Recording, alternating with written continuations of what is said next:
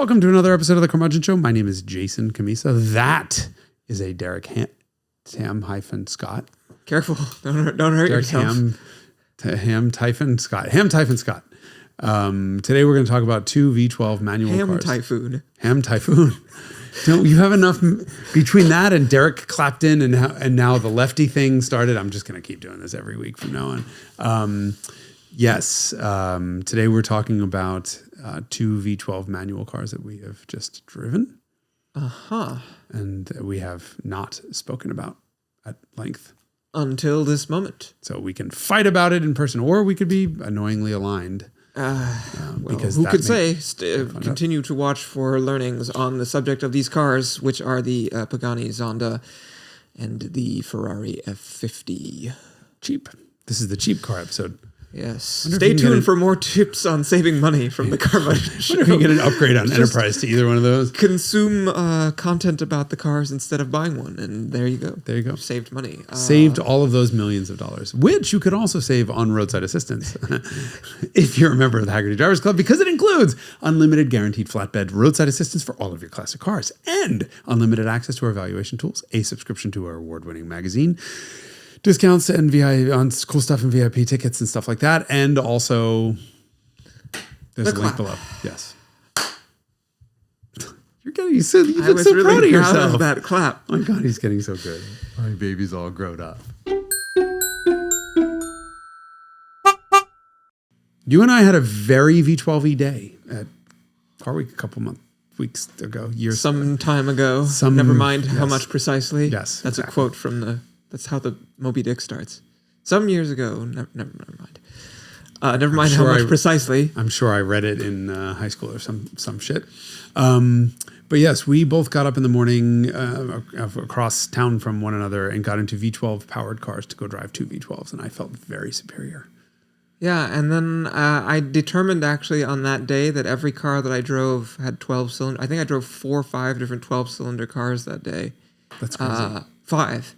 And nothing with fewer cylinders? No, I did drive the service wagon, which had 6 cylinders. That was the thing that ruined my streak. But other than that, every car that I drove that day, all 4 or 5 cars I drove that day were 12 cylinders. You poor thing. I know, it was a rough day. Car Week things. And actually, every 12-cylinder car that I drove that day was also a manual. That was pretty cool. That's also true for me. Really? Wow. Yeah. God damn, you fucking have to outrank me every time, don't you? That's just fine. They were all... Oh, no, that's not true. I was going to say they were all Ferraris, but they were not. There was Pagani, and there was a They know why we're here. Yes, there was a Pagani and a Lamborghini. A Lamborghini what? Miura. Oh, yeah. I did not drive a Miura.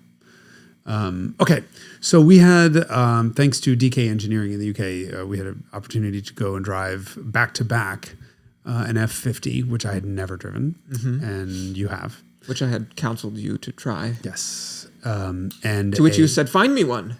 And I did. Technically, they did. But yes, you did forward the text message in the invite. Yeah, they approached me. Yes. Because you don't read your DMs. I read some of them. I just don't poop for that long. Yes. Well. I mean, you sit down, you do your business. It's like 2 DMs in and you have like 50 other requests. And do people actually, do you read every one of your requests? No, I don't know. My problem is a stupid fucking Instagram interface. You post a story and then you get 200 or 300 comments on the story. Each of which I do. Okay. Each of which comes in as a fucking message request. Yeah. I can't keep up with this shit. Yep. I'm busy doing my job, which is supposed to be reading those things and then doing other parts of my job. F50s as a result. Or not driving F50s. I mean, I cost myself a drive for a year in one of these. Anyway, and a Pagani Zonda, which I have also never driven. I had never driven a Pagani Zonda. We'd both driven. Okay, we should probably talk about that. But how are we going to do this? Because we have not. So the deal was much like what we talked about last week, where we drove the Sacrilege Motors Blackbird separately and then really barely talked about it. This time we drove the cars, drove the other cars, swore ourselves to secrecy, and then went up at lunch with a bunch of friends, and they were tormenting us. Yeah. Like, come on, tell us about this. And one of my friends finally got to me. It was like one of our friends finally got to me, and he was like, "So, was that Pagani as shit as you thought it was going to be?" And I was like, "Ask Derek." And then you said something like, Oh God, it was incisive. I remember that it was incisive. It was far ruder. I don't remember what the hell exactly you said, but it was actually harsher than what I was thinking. And I was like, oh, damn, bitch. Because I wish I could remember what it was. It was his friend who was like so excited. He's like, how could you possibly be so jaded about getting to drive a Pagani? And this was the day before. And I'm like, I'm not jaded about Pagani, but I've driven a Huayra and I hated it. It was terrible. And he was like, that's bullshit. Those cars are amazing. How could Top Gear have gotten it wrong? And whatever. So then we drove the Zonda, which was not nearly as bad, but it just wasn't amazing. And then I was like, okay, ask Derek. And I figured you were going to be like, no, it's a wonderful spectacle and a piece of art and blah, blah, blah, measured criticism and whatever. And instead you're like, fuck that pile of shit or whatever. No, the one word I know that I definitely used was disappointing. That's worse than like saying you're a fucking asshole, because if your parents call you a fucking asshole, in my house, that meant I love you, but you didn't make it to school on time. Disappointment is like serious. Yes, parent. That was the worst thing that I could ever hear from a parent was disappointing. Yeah. I'm not mad. I'm just disappointed. Yeah. My mom said that to me once. And I was like, oh, I'm going to behave from now on. Yeah. Lasted 5 minutes. Were you a good kid? Yes. Yeah. Definitely. Yeah. I was a really good kid. I was once sent to my room and I was so distraught about it that I refused to come out, and then it became a power play and I refused to come out for like 4 or 5 hours. You passive aggressive little shit. And I was like 4 probably when this happened. Yeah. There was no power play. So my mother's reputation in the school was, do not cross her. The rule in town was you just don't fuck with Janet Cammisa. Like you just didn't. The teachers were afraid of my mother. The superintendent was afraid of my mother. All of the kids were afraid of my mother, and their parents were all afraid of my mother. So if I got sent to my room, I went and I shut up and I did quiet things or whatever I was supposed to be doing. As did I. And when that door opened, I had better have a fucking smile on my face while I was apologizing and go sit down quietly and have dinner. Like she would have taken me by my hair and like shaken me until I had shaken adolescent syndrome and then thrown me through a fucking window and then hit me with a fire. Jake is going to make an insert about the comic, like some sort of fucking cartoon about this. Yakışıklı erkekler de geliyor.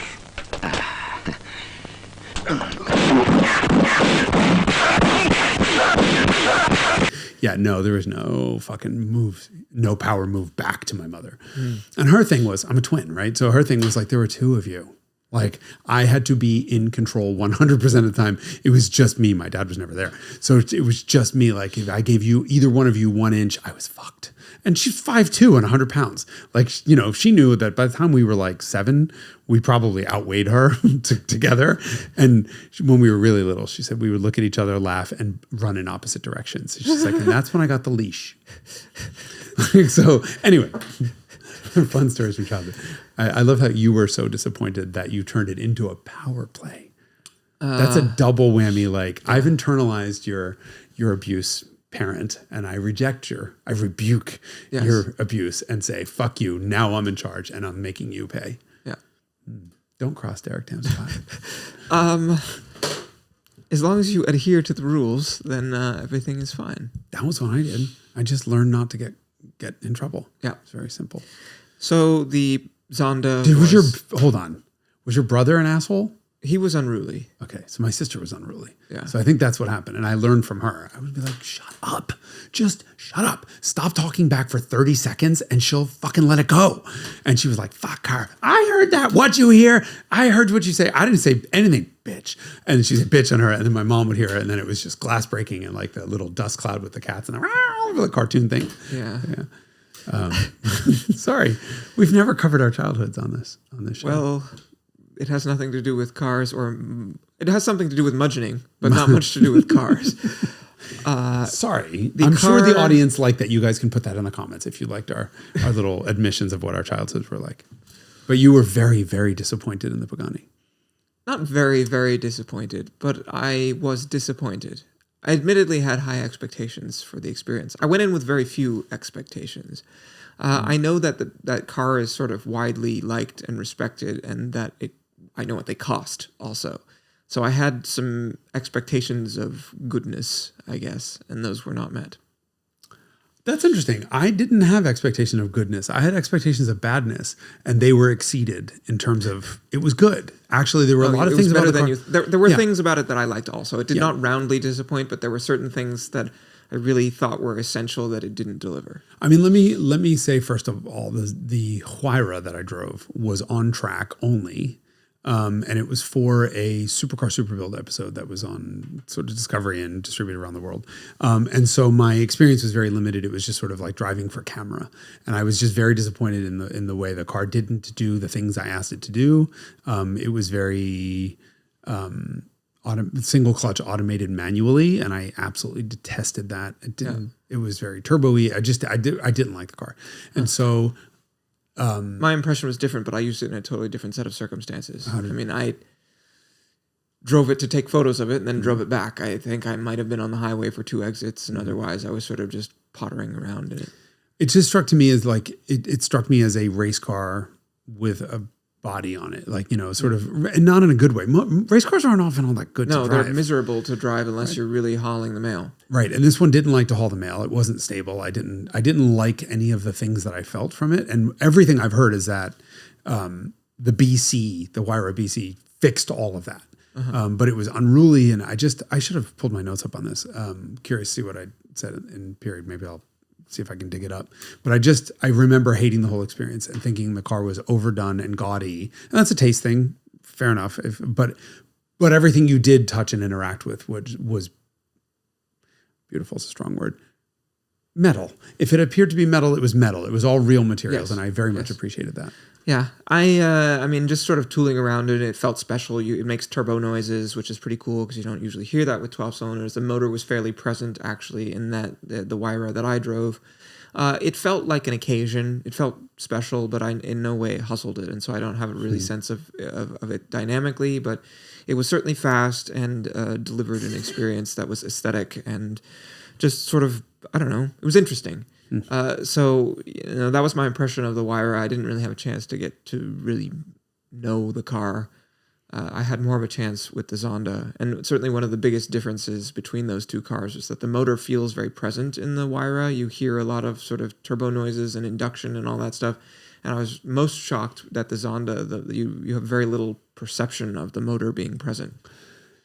Okay, that's probably the most. That was the most disappointing part of the whole car. Yeah. I mean, we've all seen the Tom Care episodes, and we've seen videos of Huayra with those 4 exhaust pipes, and just heard this absolute sweet. Zonda. I'm sorry, Zonda. This absolute sweet music. This the really really high pitched soprano scream, and to say that was completely and totally absent from the interior of the car is an understatement. I mean, it was negative noise. And at that lunch table with our friends, I said that was my biggest, just the biggest disappointment for me. And I said, honestly, and I mean this without irony, the Pentastar V6 in the minivan sounds way better under load than that V12 did. And the closest parallel I could make to what the Zonda's 12-cylinder sounded like from in the car was a Avalon, like a Toyota V6 in the next car in front of you. It was just this sort of muted V6 noise. Yeah. I don't understand how that's possible. And it was at that point that I think you had me sit in the car and rev it while you were standing behind because you wanted to know whether any noise would come out of the car, and since there was none in the car. And it did. It did. It did. Yeah. We have a video of it.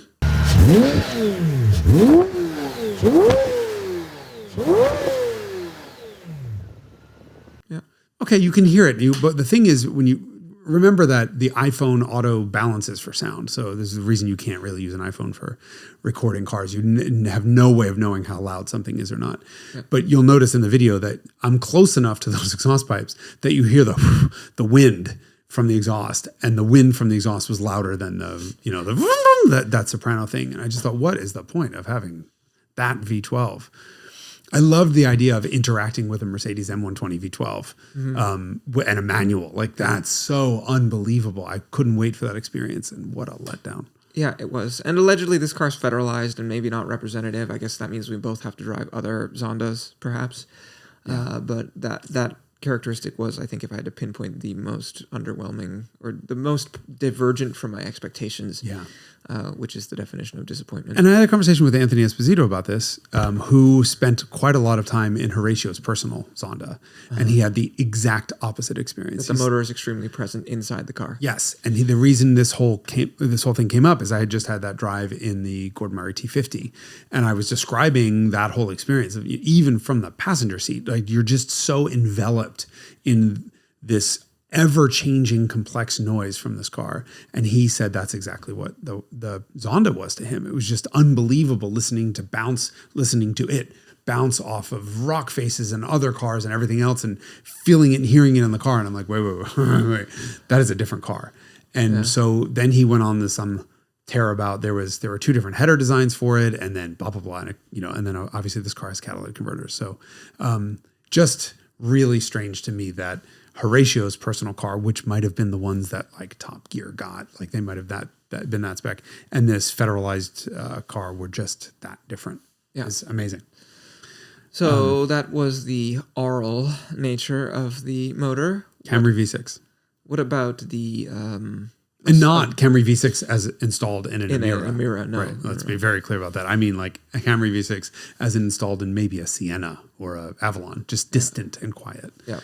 What about the rest of the character of the motor? I did not particularly care for the power delivery on the car. What I didn't like, there were a couple issues.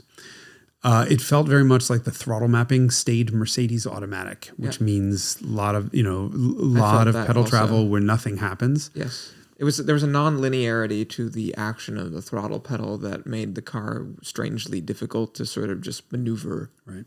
Yeah, it wanted to stall and then didn't want to restart because of an immobilizer issue or whatever. Okay, this is it's an old car at this point and typical of whatever it was, but it was just difficult. Like it was one of those like, oh, don't use throttle when moving off. Just let the idle control valve sort of do its thing.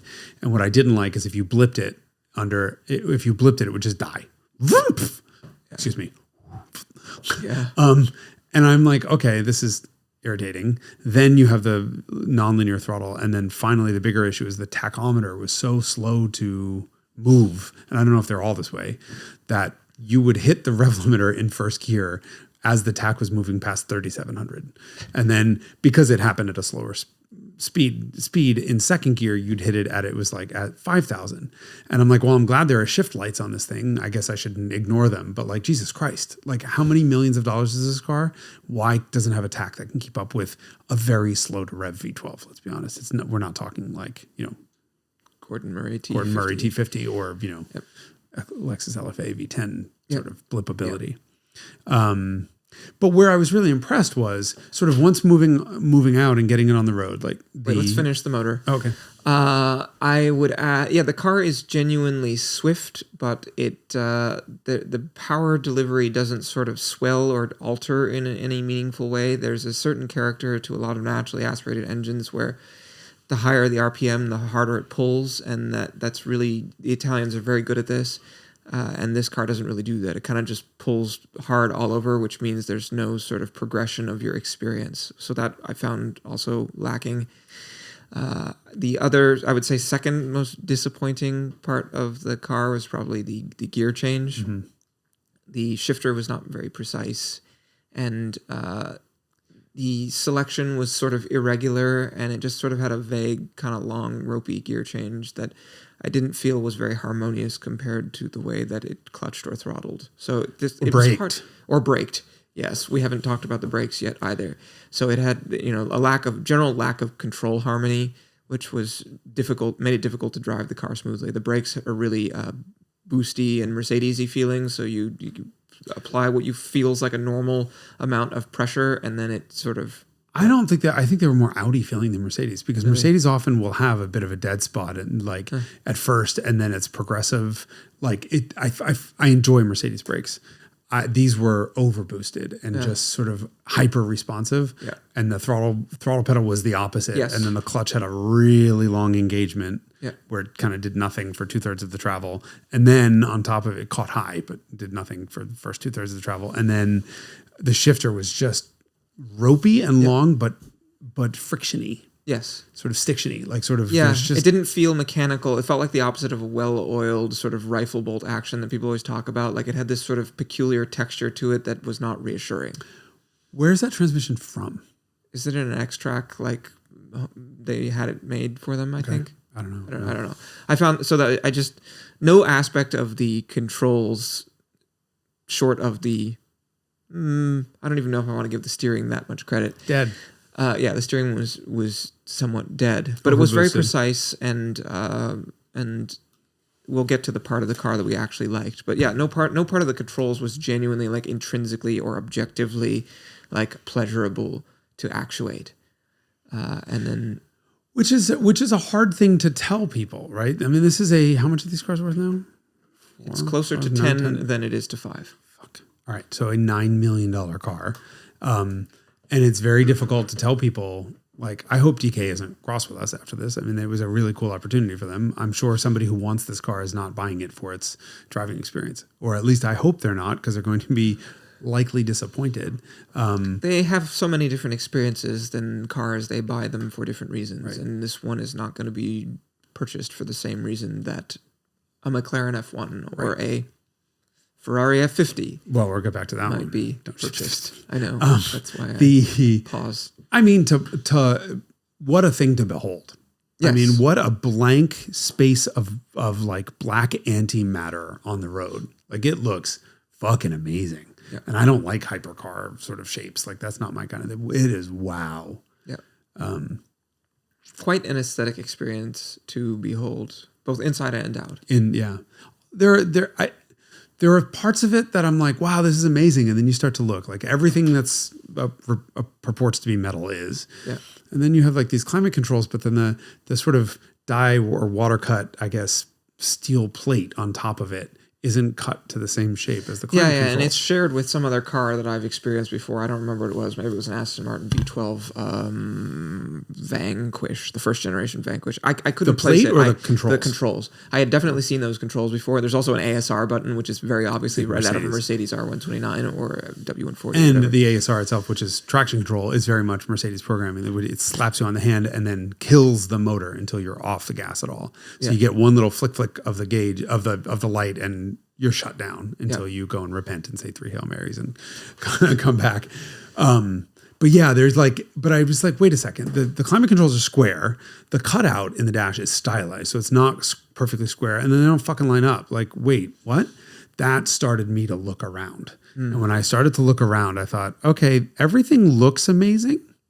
And then I start realizing nothing lines up. Yeah. And there are every pattern under the sun and every material and every finish and whatever. And I just thought, the sort of young wife of the well-heeled billionaire who's bought this car is going to sit in this and go, wow, this is really pretty.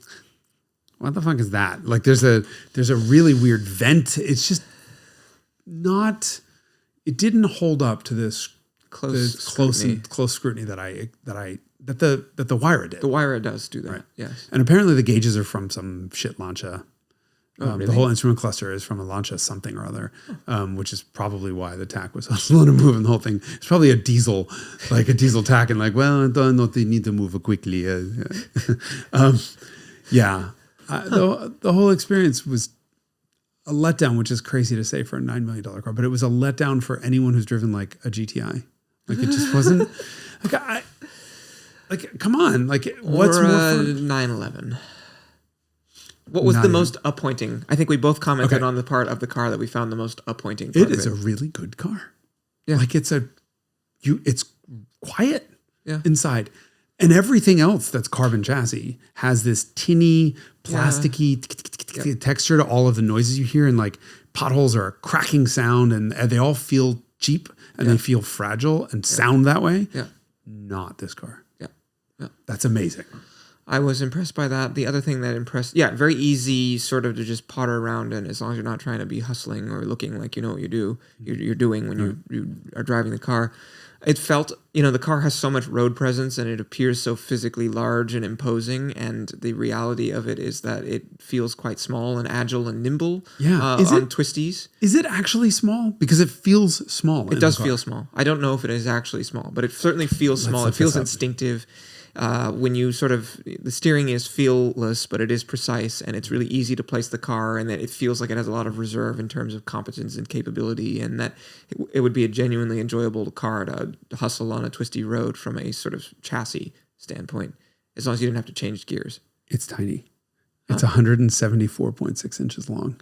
Okay, so that is a few inches E30. longer than a 911. Yeah, than an air-cooled 911 from like this design in the 60s. Tiny. It is 81 inches wide. So there's quite abundant. It's quite she's a little thick in the middle. Wheelbase is 109. I guess it's got to be Zonda R. Hold on, somebody else calls it 192 inches long. That car has a lot of spoilers and shit on it. Yeah. I mean, 100. The wheelbase is 110 inches. Somebody else calls it 137. Oh, that's the Cinque. Yeah. Either way, it does feel remarkably small. Yeah. And for a car with that much visual presence, like, wow. It's very agile feeling. Feels lightweight when you're moving. The steering is light and feelless, but it is, not a lot of body roll, fairly, I don't know, compliant, I guess. I mean, I feel like it's a GT in the sense that you could very, very much get in France and drive to the south of France or England or something, or Finland or something. I don't know where people go. Turkey. Turkey. Very much a sort of quiet and competent GT, which is the exact opposite of what that Huayra was to me. Yeah. That was why it was such a mindfuck. And the opposite of, I think, what you expect based on how it looks. Yeah. That's one of those cars that just inverts. Yeah. The experience. Yeah. Looks like a hypercar, drives like a Jaguar. Not quite. It's better in some respects. Certainly more agile feeling than a Jaguar. A Jaguar what? Oh, I don't know. I was thinking XJ. Okay, or an XJS. Maybe like, XF, RS, GT. Okay, sorry. When you say Jaguar, I think XJS. But the thing I will say about Jaguars is they have incredible control, weight, harmony, and really good suspension tuning. And I didn't quite trust this car. Sure. I don't think I got to the limit. I wasn't comfortable with it. I wasn't comfortable with any of it. Yeah. It did not feel instinctive. Did not inspire confidence. It didn't feel transparent. The best cars to me feel transparent, which is to say that you don't think about the specific components of the car. You just think about where you want to go, and the car sort of executes that for you without you having to think about it or work around its characteristics or behaviors or responses. The proverbial extension of yourself. Yes. Right? You put an outfit on, you don't even notice that, I'm in a hoodie, which is available for purchase on my... Let me find the most inelegant way to do this. It was a joke, but it's just funny actually, that every time you do that... We'll put a link in there. Every time you do this, it's like hilarious. The sad part is, this was not planned. Like my luggage, for the record, has been here for... Jake had it. He stole it from me. And I have no clean clothes. So I just put on this sweater and I got here. And this was not on purpose. But it is amazing hoodie that is available for purchase and quick shipping. Anyway. It is... it's an experience visually. And one that's not backed up with that sort of tactile amazingness that defines what Porsche does, for example. Yeah. And then there's the F50. Quite a different car. I believe the line that I wrote in my notes was everything the Pagani is not. Yes, everything the Pagani isn't. Its definitely focus is on driving. Yeah. I mean, I could read this. It is a driver's car. Holy Absolutely. shit, yes. You read it. Go ahead. I mean, You're going to talk about everything. You're going to sort of... Do we want to meter this out or... We can go through it systematically like we did with the Pagani. The steering is magnificent, really talkative, though somewhat in strange ways. So it was interesting about that steering. First of all, let me say, I got in the car and immediately did shit that I would not even remotely have considered in the Pagani in terms of pace. And we were on a road that's sort of long sweeping corners with some bumps in it. And I just said, fuck it. I mean, and I didn't even realize that the Zondas had gotten that expensive. So I thought the F50s and the Zondas were similarly priced. And so it wasn't I'm in a car that's worth half as much. And the idea that an F50 is worth half as much of a Zonda is just not right by Jesus. Yes, it's baffling. It's totally nonsensical. Don't understand that at all. Especially once you experience that fucking motor. But the steering, I just immediately felt connected with the car. And there was some weird feedback over bumps, over sort of pavement undulations that I just don't know if I felt in any other Ferrari. Like, that it didn't feel natural. Don't know what the hell it was. Could just be a function of what is effectively race car suspension design on the road. What didn't bother me, it was just, okay, I don't know what I just felt there, but I'm fine with it. I'm just going to keep going. And it was always fine. It was fine. Yeah, really well weighted. So what I liked was kind of light. Well weighted and feelsome. A lot of sort of texture coming through. And it really loads up in the corners. It feels unassisted in the right way, not where it's like beating up your linear, biceps. Instinctive to me. Felt very I felt very comfortable with the steering. It felt exactly as I wanted it to. Yeah. That is not the case for the brakes. I thought they were fine. You have to stand on that. It's like Fred Flintstone brakes in that thing. You know what it is? It's because I'm used to torsion bar 911s all have a brake pedal that feels almost exactly like that to me. Yeah. It's a wooden, firm pedal where it doesn't travel much when you apply force to it, which is, I think, the origin of the woodenness to it. You just apply more force, the car slows down more, but the pedal's not actually traveling that much. I'm okay with that, so long as the effort curve is linear. I guess it's in proportion with deceleration. It requires so much force, and that's probably at the top, everywhere. Yeah, that you're I just didn't know if that's how they are. Right, you can get used to anything. I just drove. We both. I didn't even think about it. It's so wild. It was like the defining characteristic. I got in and I'm like, whoa, this got no brakes. And then you kind of stand on it like, oh, it has great brakes. But it's just that's the exactly effort. the way that old 911s are. And I think that's probably why I didn't notice it. We both just drove an old VW bus and a Beetle. And the same thing. You stand on those fucking brakes. They work great. You just have to remap your curve. And I think to me, that was like natural. Yeah, 911. Because I dailied an old 911 for. Are they vacuum assisted, those 911s? I don't even know. I don't think the Volkswagens that we just drove were, and they feel remarkably like old 911s. It's just, a lot of effort. That was that was something no one told me. Like, why did no one tell me that F50s have like really high brake effort? I don't know. Okay.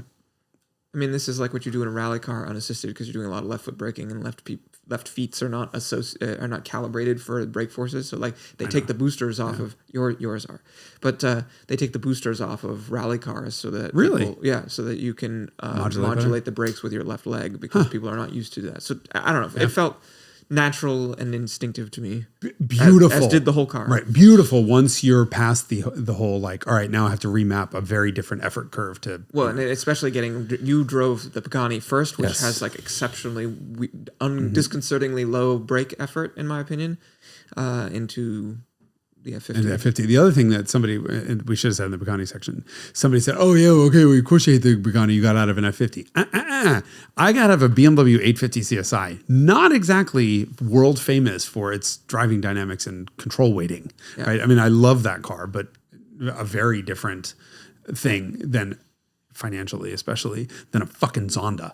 And so to be that disappointed when coming from a car that was known to have irregular control weighting because it has a hydro booster for the brakes, and also an all too quiet V12, to be disappointed after that is because you drove the Zonda first and the F50 second. But the engine was the biggest surprise to me because it's nothing like any Ferrari V12. I've never driven a Lampredi car. I've listened quite a lot to the one that you did that Vignale video on. That engine is nuts. That is all fucking kinds of psychopath.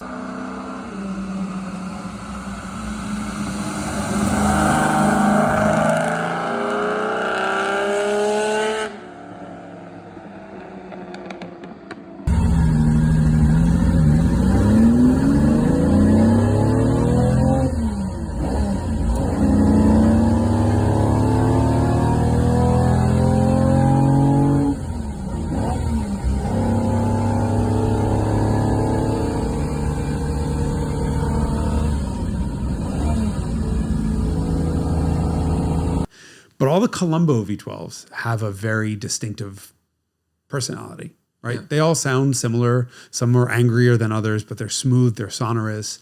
They are, happy.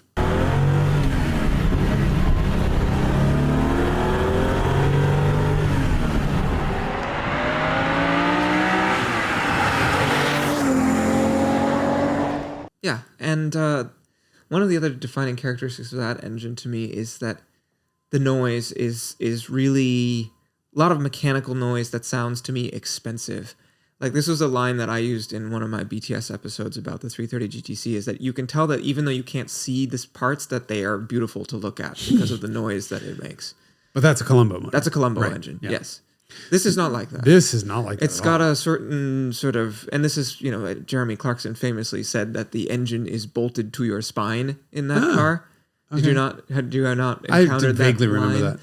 But he said, because it's a stressed member in that car. The engine is a stressed member structurally in that car, which means that it's transmitting directly in exactly the opposite way of the Zonda, in the sense that the Zonda doesn't. It transmits everything into the cabin of the car, which is a lot of it is bare carbon, and so the cabin becomes a sort of speaker. Yeah, you are inside of a kazoo with the engine, which is bolted to your spine, according to Jeremy Clarkson. I will say this is not a dig. All right, let me about its sound quality. Let me first say my preference for the sound of a V12 is if you imagine a large, rotund female opera singer with the horns and the whole thing sort of in silhouette. And she's sort of rising, doing her like crescendo to the whatever, like that. God. Please mute that. That sort of vibrato, beautiful soprano high note. No, this has a sort of... Wait. I'm not done yet. But when she's 3/4 of the way there, somebody has one of those little remote control sex toys that can tase a little bit, give like a little bit of an electronic stim. And when that happens, she gets a little pissed off and the lights turn on, and it turns out she's from Detroit and she's a gospel singer by training. And she gets that fucking grit and that like unbelievable soul that gets behind that. That is what I want a V12 to sound like. And I know that's a really weird way of describing it, but I want soprano purity with anger, a little bit of anger on top of it. The Colombo V12s are that way, right? They really have this. You got to listen for the music on some of them. They don't have that really, really high soprano stuff, but they're sweet and they're happy, but they have a little bit of a funk, a little bit of an edge to them. This is like your Sicilian neighbor screaming at her kids to get in because it's too late. It is not music. It is yelling at you the entire time. And this is not a dig. I started out by saying this is not a dig. It's just a different thing. And I've never experienced that in any Ferrari, including I've never driven an Enzo, but a Maserati MC12 has that same engine and same car. And that's got gear driven cams and it's very mechanical and it makes all of this crazy noise. Sounds nothing like the Colombo V12s or the later, like the current V12s. This is completely different than that. It is just yelling. And I've never experienced that in a V12. It doesn't offend me, I guess, in the same way. It doesn't offend me at all. It's just a descriptor, right? My personal taste would be a little bit more sweetness. And, little sweetness, little funk. This is just, It's just, instead of, whoop, please, Jake, make that go away. But how the fuck else can I explain? I mean, I just gave a fucking really weird description of what, these engines sound like, but it is, I think what you're getting is a lot of stuff that's probably isolated out normally when an engine is not a stressed member. Yeah. And so what you're getting is this sort of, what we often associate V12 noises with is sort of the stuff that makes it past the motor mounts. Mm-hmm. And in this case, we're getting all the stuff that the motor mounts usually get rid of, and it's transmitting it to you. And so there's a lot of it's like making sausage, right? There's a lot of like sort of behind the scenes ugliness that isn't usually presented for the consumption of the driver. And in this case, it is. It is. And it's a little bit sort of unrefined and sort of nasty. And for the record, I'm fine with it. Yeah. It's just an observation because it is so different. I loved it. I loved every minute of it because we haven't gone to the best part, which is the whole shifter and the rev things, whatever.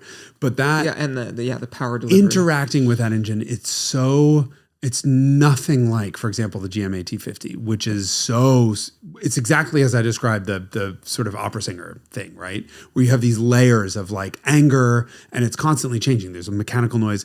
This is never singing, but it's so enveloping in the car that it makes the entire, like you can't not love it, right? It's part of the experience. The cars that it most reminds me of are race cars.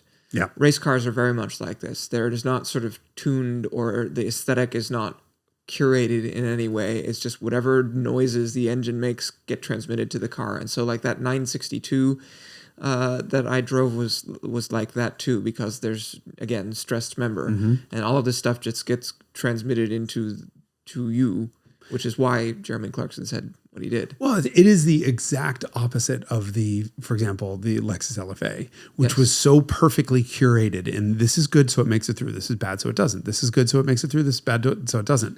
And it was so, there's a synthetic sort of artificialness to that Lexus, especially in the cabin, in that Lexus V10, that is just the opposite in this car. And without question, here's all of it. I prefer the F50. Right? It's like standing under the eave of a cabin, and then the snow melts and falls off, and all the snow lands on you at once. You're getting all of it. I think you're inside the lungs of that opera singer. Is what you are. Like you're rattling around with the alveoli. Fucking amazing experience. And one of my favorite shifter, clutch, throttle systems to interact with ever. I shifted 74,000. We'll put the video. Actually, we can put the video at the end of this. People were making fun of the reel that I posted to Instagram, like more shifts than a Fast and the Furious video, because I just driving 40, 50 miles an hour and accelerating, and decelerating. I was just shifting constantly because it's a very difficult car to drive to get the rev matching right, especially on a blip, because it's got no flywheel. Like no resistance to revving, but it's unlike some other cars that have very little flywheel. It's masterable. You can get it. And when you get it, it's so fucking rewarding. And to go from 2, 3, 4, 5, 3, 5, 4, 3, 2, 1 back through the gears again and never feel anything is it's work, but it's work that pays off. I loved that. And then one of my prevailing sentiments or impressions of this car also is that you look at it and it looks, again, like the Zonda, it looks physically large. It has bad approach angles. It just looks intimidating. You think it's going to be like a race car, and the thing is kind of a sweetheart to sort of just maneuver around in. It takes a little bit of finesse, but overall it's an easy car to manage. It doesn't require... It's not like a Countach where the forces are really high and there's it's physically demanding. It's not can't see out of it. Yeah, it's not a physically demanding car to drive. It's not intimidating. It's surprisingly sort of friendly and approachable. And feels small and manageable. Yep. And you know where the wheels are. It feels small and light and responsive. It doesn't feel like you're wrestling it to get it to change directions or anything like that. It's keen. I was immediately comfortable placing it on the road, driving it, and moving quickly. I mean, I did speeds in that down a hill, which I'm not a fan of going quickly downhill. Speeds down a hill that I wouldn't have even considered doing uphill in the Pagani, just by virtue of it just being so transparent. And rides really well. Like it's so weird. You look at a car like that and you think, wow, it's gonna, that's a kidney punch. It's an incredible. This is a car that I think also delivers something different from what you expect, but in a good way. It delivers a lot of experience in the right ways and doesn't ask you to sacrifice very much in exchange. No, I mean, it's the kind of car that if somebody asked to put a radio in it, I would take the car away from them. This is not something you're going to do a long trip in. It's not something you're going to let fall away. It's so present, but it's present in only the pleasurable ways, and not what a fucking ways. Car. However, didn't make my list of top 3 Ferrari experiences, which may be a little bit fucked up. But I've had a bunch of people. So I talked to a bunch of people who own F50s and such while at Pebble Beach, because that's what you do. And I put 288 GTO considerably above this. And there was a person there who has several of each, and they agreed. 288 is more fun. It sounds better. It's just strange that I would say this of all people, but the turbo gives another dimension of acoustic interaction. And that thing, but it shares very much the same thing. Super light shifter, but not vague, just light effort. All the controls are lightweight. It rides like a dream. You can run over big bumps and it just doesn't care. It's just fluid and easy to be fast. I like the 288 We have better. to put you in an F40 next and see what you think. I've heard they're nothing. I figured they'd be the same. 288 and F40 would drive very similar, but you've not driven a 288. I've never driven a 288. And I've never driven an F40. This one collector offered for me to come down to Florida. So I think that means time to go to Florida. Okay. And just do back-to-backs in them. Yeah, the 288 was magic. But which do you prefer? You prefer F50 over F40, right? I prefer whichever one I'm currently sitting in. It's one of those. It comes down to one of those. You got to choose. The audience is expecting more from you, Derek. I need more time in an F40 to definitively answer that question. I didn't have much time in a 288, but there was no question for me. I need more F40 time. And part of it may come down to just form factor and shape, right? I mean, F50 is a big thing. Like, it's just a big deal to get in that car. And a 288 looks like a 308. It doesn't drive like it. No, I guess not. But it's still like you're watching, like, am I going to scrape here? Am I going to, you don't think about that in 288. No. Did you? No. Damn. Neither did I in the other one that I drove, and I spent a lot more time in the other F50. I mean, I was looking. I was scared to death that I was going to, I don't want to damage this DK's car. Like, that's... but no, it was fine. It's just, how long that overhang is, and the width of the thing, but it doesn't feel it in the car. But 288 was just, you need to drive one of those because it just felt like a big 308 GT4, which feels like a big 246. Yeah. And frankly, my favorite experience in a Ferrari ever is 288 and 246. Those are my top two. Yeah. I do love a 246. It's very interesting to see because we previously, some weeks ago, talked about how the old Ferrari market was shitting the bed. 246s are not doing that. Dinos are really hot right now. Daytonas are kind of a little bit hot-ish too. But Dinos, the more time that goes by, the hotter those cars get, which is wild because people used to think of them as being sort of like the poor people Ferraris, and they were always kind of roundly shat upon. And that's not the case anymore. They're really just kind of always in demand. Probably because of the approachability and the ease and the experience that they offer. That's it. I mean, they're spectacular looking, and they're slow. They're not fast, but that's not part of it. It's like a little Miata. It's like a little jewel of a Miata. But like Italian and chrome and metal and leather. And it's the 60s. I mean, it's just a 60s, like funky little runabout. Yeah. And 288 has that same personality. That sort of like flickability. Interesting. So what I like better about the 246 Dino than the 308 Dino that we've both owned is the 308 is a bit heavy-handed, right? The steering's kind of high effort. The shifter's very high effort, I would say. Clutch is relatively heavy.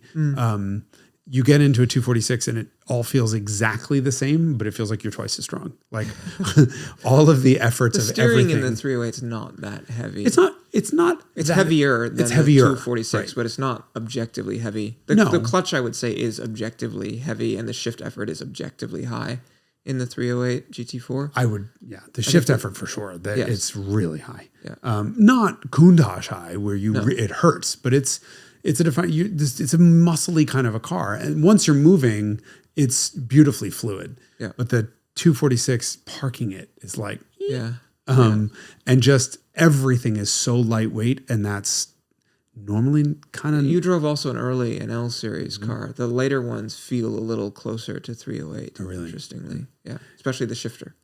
That's fucking weird. Yeah. Okay. But yeah, the 246 is closest to the 288 in that sort of lightness and like willingness to play. Let's go play.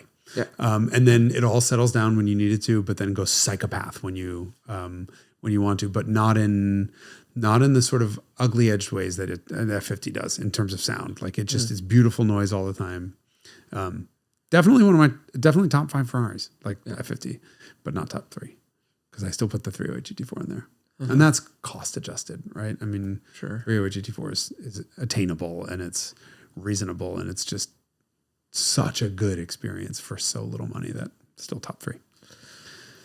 All right. Well, that was a very illuminating experience. How in the fuck is a Pagani worth twice as much as an F50? I don't understand this world. Rarity. I don't know. F50s were also sort of for a long time the black sheep. Right? Yeah. Why? I don't understand that. I don't fully understand. Actually, my hypothesis is because the top speed is maybe 1 to 2 miles per hour less than an F40. And are so people that dumb? Yes. I mean, this is what, when you were a child reading a magazine, you are looking at numbers. You have nothing else to go by. You have no idea what any of these adjectives that anybody's using. You've never driven a car of any kind before. You have numbers. And so you come out with this thing that, aesthetically is polarizing. I think I like it. I do like the F50 to look at, but the F40, I think most people think is more attractive. I don't have as strong a reaction as some people do. Some people are like, oh, the F40 is so much better looking than the F50. I think they're both cool looking in different ways. I don't have a super strong aesthetic preference the way that some people do. But if you get something that, like, if some people find it less attractive and it is slower, then I guess that caused a reaction. What do they do, 200 miles an hour? Yeah, it's like 202 versus 203 or 201 versus 203. I don't know.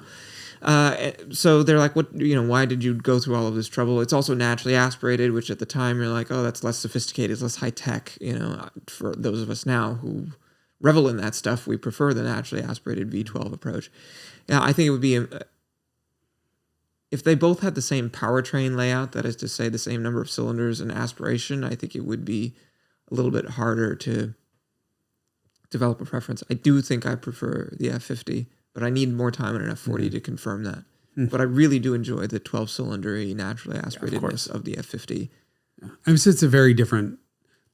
Again, I haven't driven an F40, but the 288 was a total sweetheart and totally refined and very quiet, whatever. And F50 is very vocal in a very different way. That sounds race car. And, it sounds that, but the rest of the character of the car is very approachable, sweetheart. I sweetheart. Really appreciate. Yeah. The F40 has a sort of masslessness to it also that feels, I think, really great. And it was the thing that I remember most struck me is that the Testarossa feels sort of substantial and sort of somewhat resistant to changing direction. The control forces are high and feels like a massy affair. And the 308, even like GTB and the 328 have this too. There's not this sort of drive with your fingertips character. And I remember the F40 had a sort of drive with your fingertips character that reminded me of a 911 a lot. It was a car that inspired me to want to drive it hard and hustle it in a way that I don't feel about any other Ferrari from that era, called late 80s. There's a sort of bigness in feel of a Testarossa that makes you, let's be honest. And the 328 possesses it also, as does the 348, that makes you not want to go right to the limit. It makes you want to sort of call it at 0.8 or maybe sooner. And the F40 just felt so right that I wanted to hustle the car. I wanted to take it, put it through its paces. There are very few cars that I feel that way about, that sort of have this fingertip rightness from them. Early 911s are that way. I mean, again, I shit on 911s all the time, mostly just to piss you off. But you get into a late 60s, early 70s, like 2 liter, 2.4, whatever, all these little itty bitty 911s, and they have this control weighting that the cars feel like they're made out of tissue paper. Yeah. Tough, but tissue paper. Yeah. Mark 1 GTIs are like that. Too. I just drove a Mark 1, a US spec Mark 1 GTI that was just. Yeah, after driving your cabbie, I had a similar sort of reaction where I was like, the amount of feedback to force. I guess that's what it is. There's a relationship between amount of feedback you get and the force you put in. And when that feedback is high and the force is light, there you get these really sort of special, transcendent driving experiences. That's the magic, I think, of great hot hatches. Peugeot 205 Rally is like this. The Mark 1 Golf is like this. The 246 Dino is like this. Old 911s are like this. I'm trying to think what else is in that. I'm sure we'll think Yeah. of something. We should do a whole episode on cars with. The Elise is almost like it. If it had a bigger steering wheel, I think it would be like that. But the steering wheel is so small that it's a little weightier feeling because you don't have as much leverage from the size of the steering wheel. But it approaches it for sure. Cosworth Mercedes is like that too. Very low forces for everything, but a ton of feedback. Interesting. Huh. That's a factor that I never considered, but I think you have considered it. You just hadn't I never explicitly. Right. But that's every Miata. Yeah. Right. Yeah. That's exactly that. Yeah. Cool. All right. Thank you for joining us for this discussion. Which Choose your F50 wisely. Things. Yeah. And give it to us to drive. Yeah. There's a reason why they're setting record prices. Oops. We're not helping. Nope. All right. See you next week. Probably. Maybe. On the Carmudgeon show. Oh. Which might be in a different place. Oh, Should we tell them? This could be. Our Samsung TV is going away, maybe. Good riddance, I think, is your response to that. Not to Samsung TV Plus, where you can watch these episodes live, but to that particular TV, Not which live. loves. There's just every time you turn on the TV, it like insists on watching some fucking streaming channel, and it will not talk to the laptops. Anyway, all of this to say, venue change for the Carmudgeon show. Same internet channel. What are we calling this? YouTube. Same bat channel. Same time, same place for you, different place for us. I guess we're gonna find out. All right. Stay tuned. You'll find out.